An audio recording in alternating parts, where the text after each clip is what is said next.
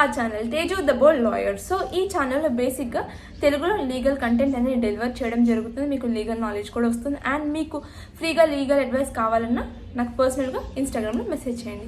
So ఈరోజు మనం POCSO act గురించి తెలుసుకుందాం. అండ్ ముందుగా మీరు ఇంకా సబ్స్క్రైబ్ అయితే చేయలేదు కదా, వెంటనే సబ్స్క్రైబ్ చేసి బెల్ ఐకాన్ క్లిక్ చేసి ఆల్ అనే ఆప్షన్ సెలెక్ట్ చేసుకోండి. అండ్ మీరు ఈ వీడియోని social media platforms like WhatsApp, Instagram, Facebook, Twitter, so ఇలాంటి వాటిలో మీరు లింక్స్ అనేవి షేర్ చేస్తే ఎవరికొకరికి వీడియో అనేది యూస్ అవుతుంది, వాళ్ళు చూసేస్తారు. సో ఇప్పుడు మనం పాక్సో యాక్ట్ గురించి మాట్లాడుకుందాం ఈరోజు. సో ఈ పాక్సో యాక్ట్ అంటే ఏం లేదు, prevention of children from sexual harassment.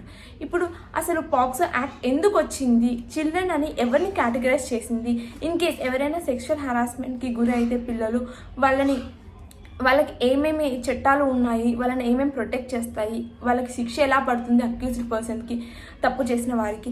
So దాని గురించి ఈరోజు మనం క్లియర్గా తెలుసుకుందాం. సో ఫస్ట్ థింగ్, చిల్డ్రన్ అని ఎవరిని క్లాసిఫై చేసింది as per child labour prohibition act ప్రకారం. సో 18 years బిలో ఎవరైతే ఉంటారో, సో మైనర్, క్లియర్గా చెప్పాలంటే మైనర్స్ మీద ఎవరి మీద అయినా కానీ సెక్షువల్ హరాస్మెంట్ జరిగినట్టు అయితే వాళ్ళు పాక్సో యాక్ట్ కింద పనిష్మెంట్ చేయడం జరుగుతుంది చైల్డ్ లేబర్ ప్రకారం. మరి జువెనైల్ జస్టిస్ అంటే ఎవరైతే 16 years బిలో ఉంటారో సో వాళ్ళకు కూడా ఈ యాక్ట్ అనేది అప్లికేబుల్ అవుతుంది, వాళ్ళని కూడా పాక్సో యాక్ట్ అనేది ప్రొటెక్ట్ చేస్తుంది. అండ్ ఇంకొకటి వచ్చేసి ఫ్యాక్టరీస్ యాక్ట్ ప్రకారం 15 years బిలో ఉన్న వాళ్ళకు కూడా ఈ పాక్సో యాక్ట్ అనేది అప్లికేబుల్ అవుతుంది. అర్థమైంది కదా. సో ఇప్పుడు ఎవరెవరు చిల్డ్రన్ కిందకు వస్తారు అని చెప్పేసి. సో అసలు ఈ పాక్సో యాక్ట్ అంటే ఏంటి, ప్రొటెక్షన్, చిల్డ్రన్స్ని ఎవరైతే సెక్షువల్ హరాస్మెంట్ కిందకి, లైంగిక వేధింపులు అంటారు కదా, సో ఈ లైంగిక వేధింపులు ఎవరైతే గురి అవుతారో వాళ్ళని ఈ యాక్ట్ అనేది ప్రొటెక్ట్ చేస్తుంది. సో ఇది 2012లో అమల్లోకి వచ్చిందనమాట, ఎస్టాబ్లిష్ అయిందనమాట. So it came 2012. So POCSO act 2012లో అనేది స్టార్ట్ అయింది. సో అప్లికేబుల్ అవ్వడం, ప్రొటెక్ట్ చేయడం. సో అప్పటి నుంచి యాక్ట్ అనేది ఎస్టాబ్లిష్ అయింది, అమల్లోకి వచ్చింది. సో ఇక్కడ మనం చూసుకున్నట్టయితే 53.22% ప్రకారం ఏపీ, బీహార్, ఢిల్లీ, అస్సాం, సో ఇక్కడ ఇలాంటి ఏరియాస్లో మోస్ట్లీ సెక్సువల్ హరాస్మెంట్ అనేది జరగడం అయితే జరుగుతుందని చెప్పేసి క్లియర్గా రిపోర్ట్ చెప్పింది. అండ్ 21.90% కూడా. సో ఇది NCRW, national crime record bureau. So ఇక్కడ రిపోర్ట్ అనేది ఇచ్చింది, ఏమని ఇచ్చిందంటే 64.138 కేసెస్ అనేవి ఫైల్ చేయడం జరిగింది. సో పాక్సో యాక్ట్ ప్రకారం ఇలా సెక్షువల్ హరాస్మెంట్కి గురయ్యారు అని చెప్పేసి పిల్లలు. కానీ మనం ఇక్కడ చూసుకుంటే చాలా బ్యాడ్ న్యూస్ ఏంటంటే ఇప్పుడు కేసెస్ అనేవి ఫైల్ చేసిన తర్వాత కొన్ని మాత్రమే ప్రూవ్ అయ్యాయి, అది కూడా 3% ఆఫ్ కేసెస్ మాత్రమే ప్రూవ్ అయ్యాయి. అదేంటంటే నిజంగా అమ్మాయి మీద సెక్షువల్ హరాస్మెంట్ జరిగిందని.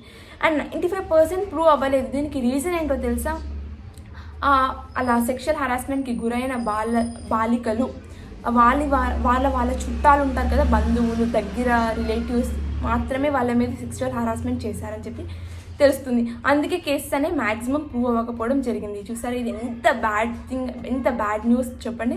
సో ఇది మనకి క్లియర్గా అర్థమైంది. అండ్ ఇప్పుడు మనం ఈ పాక్సో యాక్ట్ ఏం చేస్తుందంటే ఫాస్ట్ ట్రాక్ కోర్ట్స్ అనేటివి తీసుకొచ్చింది. ఫాస్ట్ ట్రాక్ కోర్ట్స్ ఎందుకు తీసుకొచ్చిందంటే ఇప్పుడు మనం ఏదైనా కేసుని కోర్టులో కనుక వేసామనుకోండి, కోర్టులో ఫైల్ చేస్తే ఏమవుతుంది, అది ఇయర్స్ తీసుకుంటుంది కదా. సో కోర్ట్ ప్రొసీజర్ చూస్తే మనకి ఇయర్స్ అనేవి వెళ్ళిపోతూ ఉంటాయి. సో ఈలోపే కేసెస్లో ఉన్న ఫ్యాక్ట్స్ని రూబ్రికేట్ చేయడం కానీ, తారుమారు చేయడం కానీ చేస్తూ ఉంటారు. సో అవన్నీ జరగకూడదు అని చెప్పేసి ఫాస్ట్ ట్రాక్ కోర్ట్స్ అనేటివి తీసుకొచ్చారు. సో ఈ ఫాస్ట్ ట్రాక్ కోర్ట్స్లో ఏంటంటే 7 to 21 days లోపల రిపోర్ట్ అనేది ఖచ్చితంగా ఇచ్చేయాల్సి ఉంటుంది. 21 days లోపల కేసు అనేది క్లోజ్ చేయాల్సి ఉంటుంది. ఫాస్ట్ ట్రాక్ కోర్ట్స్ అందుకు వచ్చేసాయి. సో ఇక్కడ మనం చూసుకుంటే nation mission of safety of women's.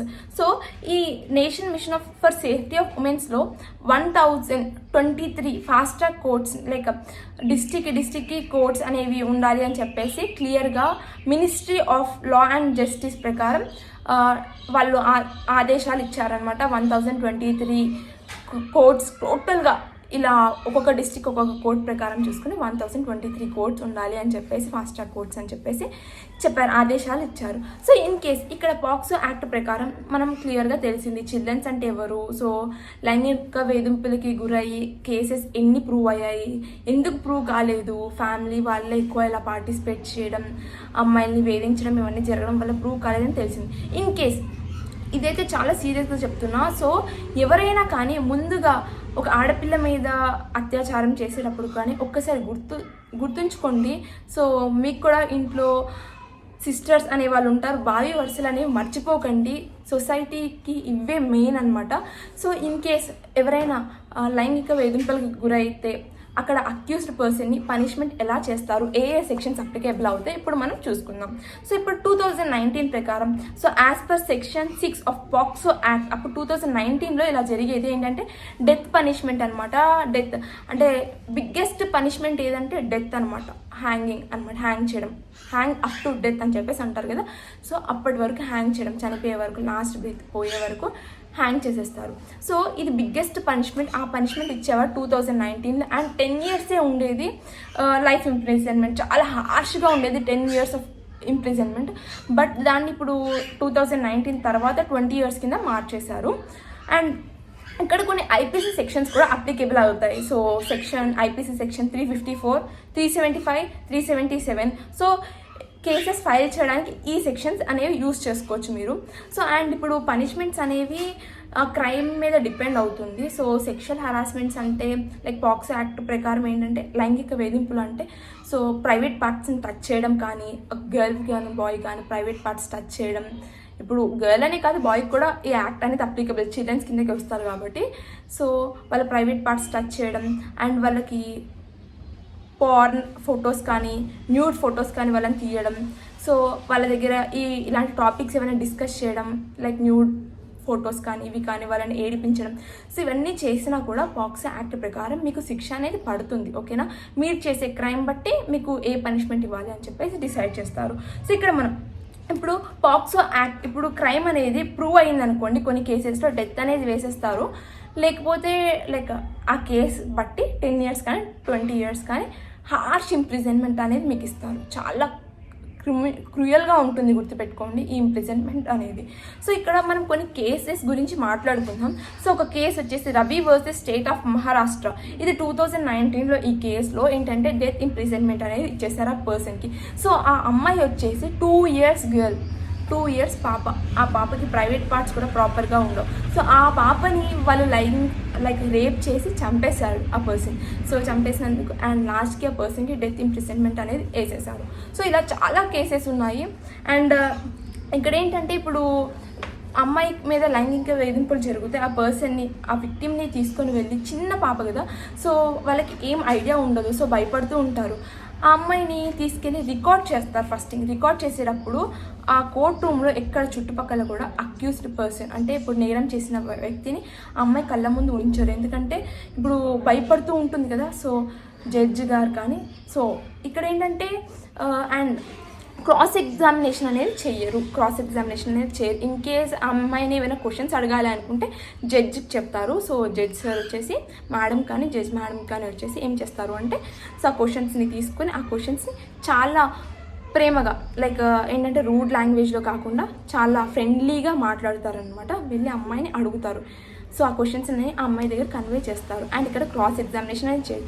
But ఇక్కడ అక్యూజ్డ్ పర్సన్కి ఒక రైట్ ఉంది ఏంటంటే అక్యూజ్డ్ పర్సన్ అమ్మాయి ఏమైతే మాట్లాడిందో అది వినే ఛాన్స్ ఇస్తారు, కానీ ఆ అక్యూజ్డ్ పర్సన్ని అమ్మాయి చెప్పే విషయాలను రికార్డ్ చేసే టైంలో మాత్రం ఉంచరు. సో ఇవనేవి జరుగుతాయి. సో ఇలా సెక్షువల్ హరాస్మెంట్స్ కానీ జరగకుండా ఉండాలి అంటే కొన్ని థింగ్స్ పాటిస్తే చాలా బాగుంటుంది. లైక్ ఏంటంటే స్కూల్స్లో సీసీ కెమెరాస్ ఉండాలి. ఇప్పుడు గర్ల్స్కి బాయ్స్కి కో ఎడ్యుకేషన్ ఉండడం తప్పేం కాదు, కామన్. అండ్ బట్ వాష్రూమ్స్ అనేవి డిఫర్ ఉండాలి, వాళ్ళు ఎలా బిహేవ్ చేస్తున్నారు. అండ్ బస్ డ్రైవర్ కానీ స్కూల్లో ఎవరైనా కానీ టీచర్స్ని కానీ అపాయింట్ చేసుకునేటప్పుడు వాళ్ళ డీటెయిల్స్ ఏంటి, వాళ్ళ బిహేవియర్ ఏంటి, సో ఇవన్నిటి గురించి ఎగ్జామిన్ చేసుకొని స్కూల్లో అపాయింట్ చేసుకోవాలి. అండ్ ఫ్యామిలీలో కూడా పేరెంట్స్ అనేవాళ్ళు ఫ్రెండ్లీగా ఉండాలి. అండ్ దే షుడ్ నో అసలు ఏం జరుగుతుంది. ఇన్ కేస్ వాళ్ళు ఏదైనా చెప్తున్నప్పుడు వినడానికి ట్రై చేయాలి. సో వాళ్ళ దగ్గర రూట్ టోన్తో మాత్రం మాట్లాడొద్దు. సో ఒక్కసారి కనుక మీరు రూట్ టోన్తో మాట్లాడితే మీ పిల్లలు మీకు షేర్ చేయడం అనేది తగ్గించేస్తారు. సో ఫస్ట్ థింగ్ మీరు వాళ్ళు చెప్పేది వినండి. బేసిక్గా దానికి రెస్పాండ్ మీరు చాలా పొలైట్గా అవ్వండి. సో ఇదైతే బేసిక్గా చెప్తాను. అండ్ ఫస్ట్ నుంచి మీ పిల్లలకి ప్రైవేట్ పార్ట్స్ అంటే ఏంటి, ఇప్పుడు చాలామంది ఏం చేస్తారంటే నాన్న సరిగా కూర్చో అని అంటారు. వాళ్ళు అంటారు ఎందుకు కూర్చోవాలంటారు, కూర్చోమని చెప్పాను కదా. సో ఇలా రూట్ టోన్లో చెప్పేస్తారు, బట్ దానికి రీజన్ ఏంటో చెప్పరు. సో బేసిక్ చెప్పండి, తప్పేం లేదు. సో అవి ప్రైవేట్ పార్ట్స్, అవి ఎక్స్పోజ్ కాకూడదు, you should cover that parts అని చెప్పేసి క్లియర్గా చెప్పారు అనుకోండి. ఓకే, సో ఇవి ఇలా చూపించకూడదు కదా, ఇవి ఇలా కవర్ చేసుకోవాలి కదా అని చెప్పేసి వాళ్ళ మైండ్లో ఫిక్స్ అయిపోతారు. సో బేసిక్గా ఇలాంటి థింగ్స్ అనేవి మీరు ఫస్ట్ నుంచి మీ చిల్డ్రన్స్కి చెప్పడానికి ఇంక్లూడ్ చేసుకోండి డైలీ రొటీన్లో, అసలు స్కూల్లో ఏం జరిగింది ఏంటి అని చెప్పేసి. సో ఒక్కసారి కనుక వాళ్ళు మీకు చెప్పడం మానేస్తే సో దట్స్ ఇట్, వాళ్ళు ఇంకా చాలా ప్రాబ్లమ్స్ అనేవి ఫేస్ చేస్తూ ఉంటారు, వాళ్ళు మీ దగ్గర షేర్ చేసుకోలేకపోవచ్చు. So try to sit along with them and talk with them in proper way.